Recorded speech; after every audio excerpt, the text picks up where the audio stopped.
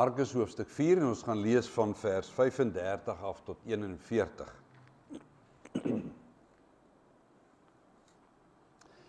As jy langer as 'n dag oud is, dan weet jy dat ons lewe 'n lewe van storms. So is dit met alle mense op alle plekke en alle tye. Sedert ons uit die paradys uitgeskop het vir ons sonde, is dit wat die lewe is. Party storms is kort, ander is lank. Party is nie te erg nie, ander is regtig verskriklik. As jy nog nie so 'n storm belewe het nie, dan is dit 'n wonderlike genadetyd vir jou en wat jy in voorbereiding kan wees, want daardie dag kom. Tussen storms is daar ook genadetyd, waar mens in groot dankbaarheid kan terugkyk na dit wat in jou lewe verby is. God se hand partymal sien jy daarin en partymal dalk nog nie. Maar daardie stilte tussen storms is weer voorbereiding, want daar kom weer. Daar kom nog. En dan natuurlik, behalwe jou eie storms, is daar soveel storms om jou. Storms waarvan jy hoor. Party ver op die nuus, ander naby, in jou omgewing, in jou familie, geliefdes van jou. Almal moet dit trotseer. Daar is selfs mense wat, as jy na hulle lewe kyk, dan lyk dit asof hulle so in 'n permanente storm is, die een ding na die ander. En voor die een verby is weer die volgende, dit hou net aan en dit hou net aan. Dalk voel dit vir jou of dit met jou so gaan. Nou weet julle sekerlik dat ek nie praat van slegte weer nie. Dit is so, dat die teks wat ons nou gaan lees, gaan oor slegte weer. Maar die boodskap is soveel anders. Kom ons lees Matteus 4. Ek lees vers 1. Markus 4, ekskuus. Ek lees vers 1 en daarna van vers 35 af. Vers 1. Jesus het weer die mense langs die see begin leer. 'n Baie groot menigte het by hom saamgedrom, sodat hy op die see in 'n skuit gaan sit het. Die hele menigte was langs die see op die strand. En dan vers 35. Laat daardie middag, sê Jesus vir sy disippels, kom ons vaar oorkant toe. Hulle het toe die mense wat daar was, daar laat bly en hom saamgeneem in die skuit waarin hy gesit het. Daar was ook nog ander skuite by. Skielik het daar 'n groot storm losgebars. En die golwe het in die skuit geslaan, sodat die skuit al begin vol word het. Jesus het op die bank in die agtersteewe gelê en slaap. Hulle maak hom toe wakker en sê vir hom, Meneer, gee u dan nie om dat ons vergaan nie? Toe staan hy op, bestraf die wind en sê vir die see, hou op, bedaar. Die wind het gaan lê en daar het 'n groot stilte gekom. Toe sê hy vir hulle, waarom is julle bang? Het julle dan nie geloof nie? Hulle is met groot ontzag vervul en het vir mekaar gesê, wie kan hy tog wees dat selfs die wind en die see hom gehoorsaam? Dis die woord van die Here. Daar op die strand, langs die see van Galilea, is Jesus besig om die mense te leer oor God en oor sy koninkryk. Hulle drom so om hom saam, dat hy op 'n skuitjie moet klim en so 'n bietjie van die oewer af moet weggaan. Dat die mense hom nie vertrap nie. So gaan dit die hele dag. Laat in die middag is hy moeg en gedaan, en dan sê hy vir hulle, kom ons vaar oor. Kom ons vaar oor na die ander kant toe. Hierdie see van Galilea daar is omtrent 11 kilometer breed. En terwyl hulle oorvaar en heel rustig oorvaar, bars daar 'n geweldige windstorm los. Die water raak onstuimig, soveel so dat dit in die skuite begin inspoel. Nou, uit die taal wat Markus hier gebruik, is hy nie besig om te vertel van 'n bonatuurlike storm. Hy praat van 'n gewone windstorm, soos winde wat ons ook ken. Dis algemene storms wat daar oor die see van Galilea plaasvind, vandag nog steeds. Hulle sê in 1992 was daar 'n storm wat die water op daai klein stukkie water tot 3 meter hoog gedolwe het, die golwe. 3 meter op 'n klein see soos daai. Die ding lê daarin dat Galilea is 'n varswatermeer en hy lê regtig in 'n diep, smal vallei. Dis deel, as jy op die kaart kyk, dis deel van hierdie Rift Valley wat uit Afrika uitloop reg deur. Die berge rondom is hoog. Hermon, reg langs die see, is 2800 meter hoog en die see self is 200 meter onder seevlak. Direk by mekaar, hierdie geweldige verskil in topografie. En dan kom hierdie sterk winde met die vallei op en dit waai verwoestend. Dit waai 'n skuimgeweld op die water. Heelwat van Jesus se disippels was ervare seemanne, hulle het daardie meer baie goed geken. Maar hierdie storm was so erg dat hulle gedink het dis die laaste een. Hulle het doodsbang geword. En Jesus? Wel, hy lê in slaap. Kan jy jou dit indink? Hy was God, maar dis so duidelik dat hy mens was. Hy is mens soos ek en jy, behalwe die sonde. Hy is so moeg en gedaan van daardie dag, dat die geloei van die stormwind, die geskommel van hierdie boot, die inspoel van die water in, niks daarvan maak hom wakker. Dan roep die disippels uit nood na hom, en hulle roep hom wakker. En hulle praat nie mooi met hom nie. As jy Matteus en Lukas se opskryf van hierdie geleentheid lees, dan klink dit nog asof hulle mooi met hom gepraat het, maar Markus is baie reguit en baie duidelik. Hulle verwyd hom baie duidelik. Meester, ons vergaan en jy lê in slaap, gee dan nie om vir ons nie. Nou, dis moeilik om te weet wat het die disippels verwag Jesus sou doen. Want duidelik was hulle totaal verras oor wat hy wel gedoen het, want wat hy doen is die onmoontlike. Hy raas met die wind en hy beveel die golwe om te gaan lê. Hou op, bedaar. Dink jy dit in? Hierdie man wat daar in Nasaret groot geword het, die seun van Maria en Josef, wat saam met sy pa skrynwerk gedoen het. Hy staan op in 'n orkaanwind en hy sê, gaan lê. En toe, hierdie wind, is baie duidelik, die wind het nie mettertyd gaan lê, soos wat dit nou maar is, wanneer 'n storm sy loop geneem het, en die storm afplat en al minder word, en dan gaan lê hy nie. Nee, hy het gepraat, en dit het stil geword. Soos in, dadelik het die wind opgehou, die golwe het gaan lê. En natuurlik is sy disippels uit die veld geslaan, totaal verbaas.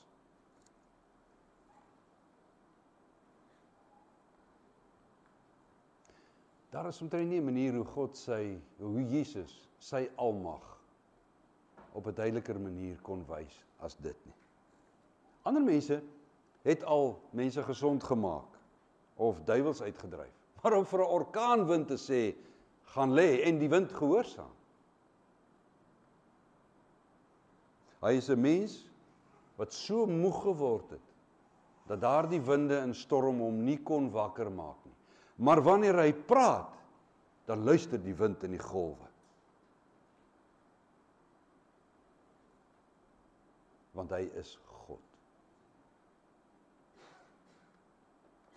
Wie kan hy tog wees, dat selfs die wind en die see hom gehoorsaam vra hulle?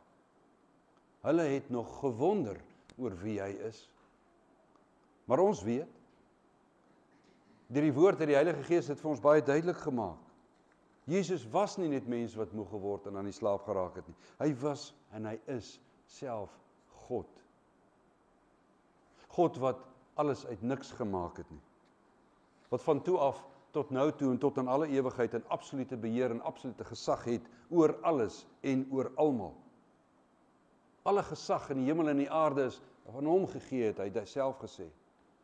Droogtes en oorstromings en aardbewings en siektes en armoede en geweld, teleurstellings en dood en eensaamheid, al hierdie storms is onder sy absolute heerskappy. Hy stuur of hy laat toe. Maar wanneer hy sê stop, dan stop dit. Dis sekerlik die eerste duidelike boodskap hieruit. Jesus is God. Maar daar is baie meer hier uit te leer en ek wil tog na 3 storms in ons lewens gaan kyk. Mens kan meer, maar kom ons kyk hierna. Die eerste ene is die storms van ons omstandighede. Soos die disippels kom ons ook in storms. Gewone lewensomstandighede wat ons lewens totaal omdop. Dit kan slegte weer wees, soos droogtes of orkane, oorstromings en aardbewings. Maar dit kan ook siekte wees. Nierversaking en galstene, blinde darm, kanker. Dit kan liggaamsgebrek wees, genetiese siekte. Dit kan ouderdom wees. Dit kan verhoudings wees wat totaal skeefloop, so onverwags en onverdiend.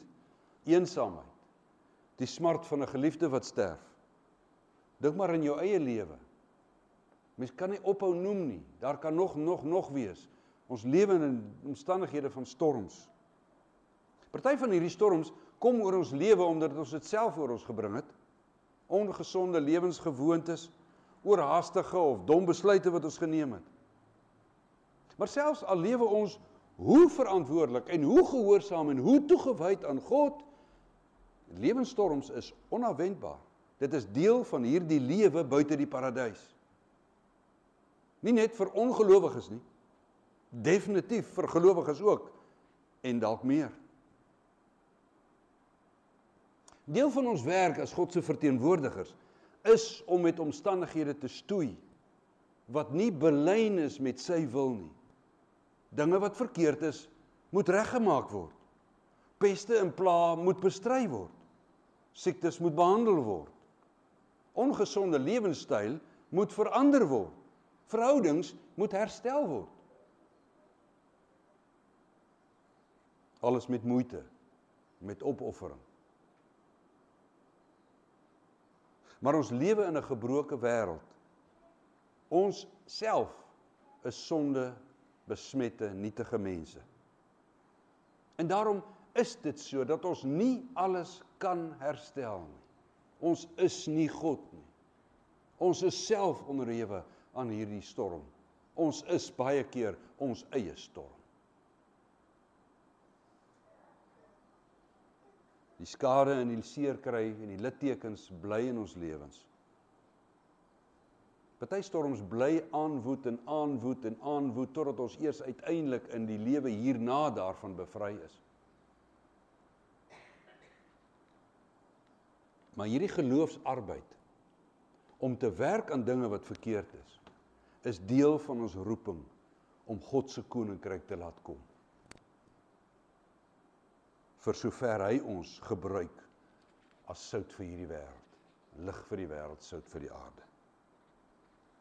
Maar weet jy, saam met hierdie omstandighede, storms waarmee ons met die omstandighede stoei, is daar 'n tweede storm en dit is die storm binne in my gemoed. Dit wat ons dink. Nie die omstandighede self nie, maar ons worsteling oor die omstandighede. Ons gestoei met die vraag van, en hoekom dan nou? En waarom met my? Al hierdie swaar kry, hoekom, waarom? En dan lê ons daaroor wakker. Om en om maal ons daaroor. Dit vreet aan ons, dit ontneem ons van rigting en dit sneeubal net groter en groter. Maak jy soos 'n beer met 'n seer tand. Jy sluit jou van ander mense af. Jy verloor die vermoë om objektief na die hele lewe en die hele prentjie te kan kyk, want jy's vasgevang binne jou storm om te vra, waarom? Dalk is dit die storm waarin jy nou beweeg. Die disippels in die skuit het daai storm gehad. Hulle sê dit nie direk nie, maar jy kan dit uit hulle woorde hoor, uit die manier wat hulle met Jesus gaan praat. Hulle sê, gee jy dan nie om nie? Dis nie 'n vraag wat skielik daar uitgekom het toe hulle met hom praat nie. Nee, hulle wonder al 'n hele rukkie daaroor. Gee hy dan nie om nie? Hierdie arrogante vraag binne in die storm van hulle gemoed, dat hy dalk nie eers omgee nie. En dit bring ons by hierdie derde storm. En dit is die storm van ons wat ons het met God. Hierdie presiese vraag, meester, gee u dan nie om nie? Die Koragiete vra in Psalm 88, ek roep na U om hulp, Here. Vroeg in die môre al bid ek, waarom verstoot U, Here? Waarom verstoot U my? Waarom trek U van my af terug? En ons kom baie keer daarby. Soms gereeld, soms nou en dan. Veral wanneer mense jou ore uitgeleen het na mense wat sê, dit sal altyd met jou beter gaan as jy net meer glo. As jy 'n vroom lewe lei, dan sal jy minder moeilikheid hê. Dis nie wat die Bybel leer nie. Gaan lees maar vir Job. Die Bybel leer iets heel anders. Maar dis verstaanbaar, dat soos ongelowiges, dat gelowiges dit ook sou vra, in tye van beproewing. Behalwe net, gelowiges behoort van beter te weet.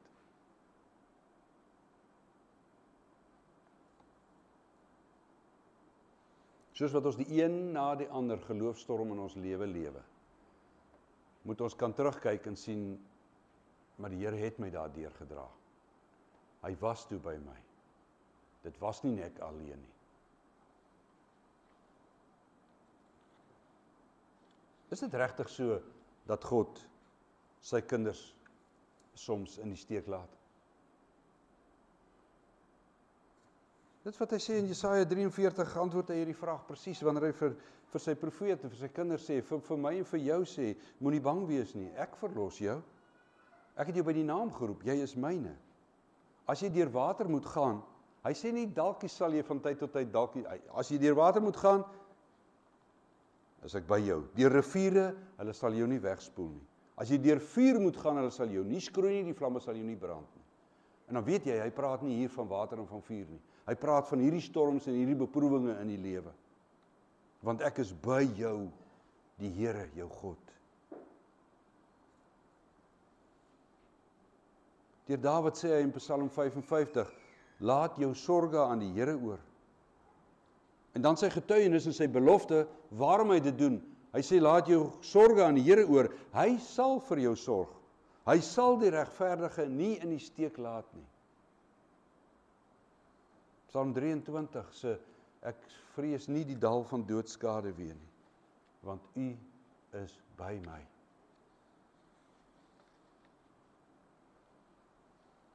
Wanneer ons dan hierdie vrae vra, in die storms van ons lewe, dink dat hy dalk nie omgee nie, dan vra hy vir jou, hy vra vir my, het jy dan nie geloof nie? Geloof is meer as net daardie saligmaking eendag om nie hel toe te gaan nie, maar in die hemel by God te wees. Geloof is ook om nou in hierdie lewe reeds sekerheid te hê van die beloftes wat God maak. Nie die beloftes wat hy eendag gaan vervul nie, maar die beloftes wat nou al in vervulling gaan. Die beloftes dat hy by jou is. Romeine 8. Ons weet dat alles ten goeie meewerk vir hulle wat God liefhet. Wat hy volgens sy besluit geroep het. Ja, selfs die storms in ons lewe gebruik God om iets goeds mee te doen vir die wat hy liefhet. Of hy gebruik die jou seer kry en jou storm om iets goed vir iemand anders te doen.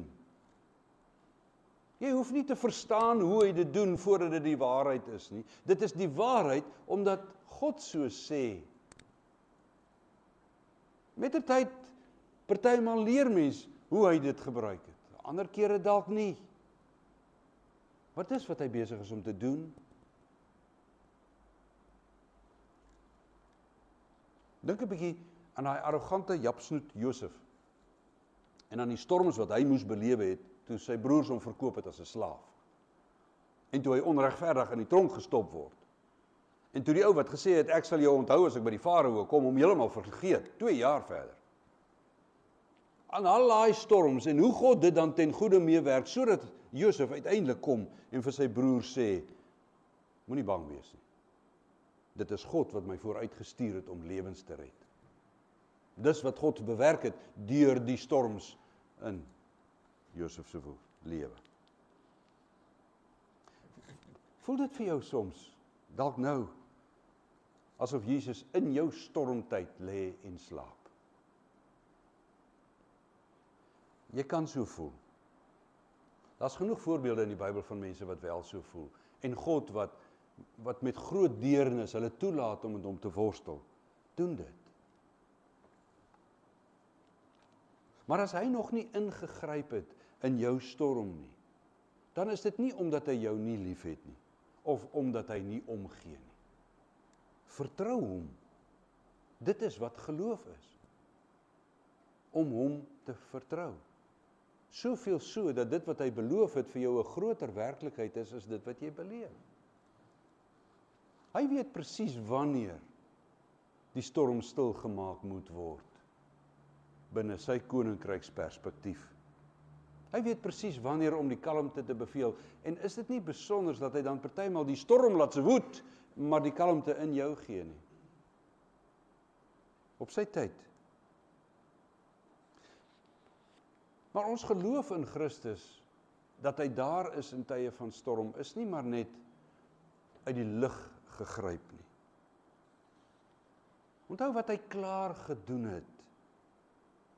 Hy het reeds die allergrootste en die verskriklikste storm stilgemaak vir jou en vir elkeen wat in hom glo.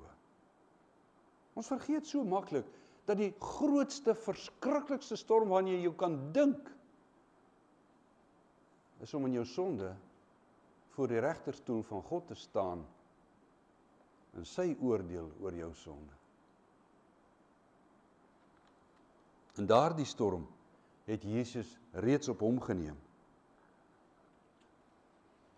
En dis daarin wat ons vasgryp in geloof. Hy het nie teruggedeins vir die onregverdige omstandighede van 'n sondige wêreld wat hom verwerp het en verneder het en uiteindelik gruwelik laat vermoor het nie. In Getsemane het hy sy nood en nederigheid voor sy Vader gebring, wat hom nie van daardie storm verlos het nie, maar wat hom reg deur die storm versterk het, sodat hy met daardie storm dit stil kon maak, wanneer ons voor hom verskyn. Selfs toe sy Vader, met wie hy 'n intieme, absolute eenheid van ewigheid af het, hom verlaat, op 'n manier wat ons glad nie kan verstaan en verduidelik nie. Selfs dat het hy deurstaan. Werklik verlaat. Toe God na hom kyk en al sy toorn laat losbars op die sonde wat Jesus op homself geneem het. Daardie woedestorm van God teen sonde het hy op hom geneem, nie geslaap nie. Elkeen wat glo se skuld is betaal en sal nooit daardie storm van God se oordeel belewe nie. Maar wees gewaarsku dat enige een wat nie in hom glo nie, in Jesus Christus en in sy werk nie, sal self daardie storm vir ewig belewe sonder enige verligting. Maar elkeen wat in hom glo, sal daai storm nooit ken nie. As dit is hoe lief hy jou het, as dit is hoe hy ons koester, dink jy dat die stormpies in hierdie lewe is vir hom te klein of te groot? Dat hy as prins een kan staan? Definitief nie. Hoe erg en hoe verskriklik die storms in hierdie lewe ook al mag wees. As ek weer mag herinner, Hebreërs 13, ek sal jou nooit verlaat nie. Ek sal jou nooit in die steek laat nie. Deur sy Gees is Jesus Christus by my en by jou, binne ons skuitjie in die storm. Mens kan nog baie meer daarvan sê, maar kom ek sluit af met 1 of 2. Paulus leer ons deur die Heilige Gees se inspirasie in Filippense 4 die volgende: moet oor niks besorg wees nie, maar maak in alles julle begeertes deur gebed en smeking en danksegging aan God bekend. En die vrede van God wat alle verstand te bowe gaan, sal oor julle harte en gedagtes die wag hou in Christus Jesus. Hy beloof hiermee nie dat hy die storms waarmee ons na hom toe gaan sal stilmaak nie. Maar hy beloof dat hy vir ons vrede sal gee. Selfs al sou die storm aanhou woed. Moenie net bid dat die Here die storms in jou lewe sal stilmaak nie. Moenie net vra dat hy die omstandighede sal verander, soos die reën en die droogte en die genesing van siekte en die herstel van verhoudings nie. Vra dit, As dit deel is van jou begeertes, vra dit, natuurlik. Hy kan en waar dit in sy wil is, sal hy.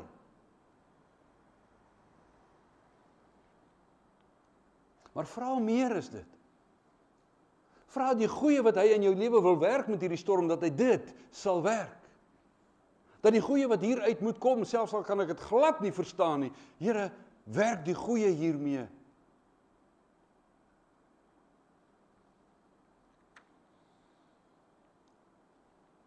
En gee my vrede. Selfs al sou hierdie beproewing aanhou, gee my u vrede in hierdie storm, dat ek in die koelte kan kom sit, by die waters van rus, in die groen weivelde, terwyl die storms nog bars. Dis wat hy beloof. Selfs al bid ek stamelend, snikkend, in pyn en in totale onbegrip.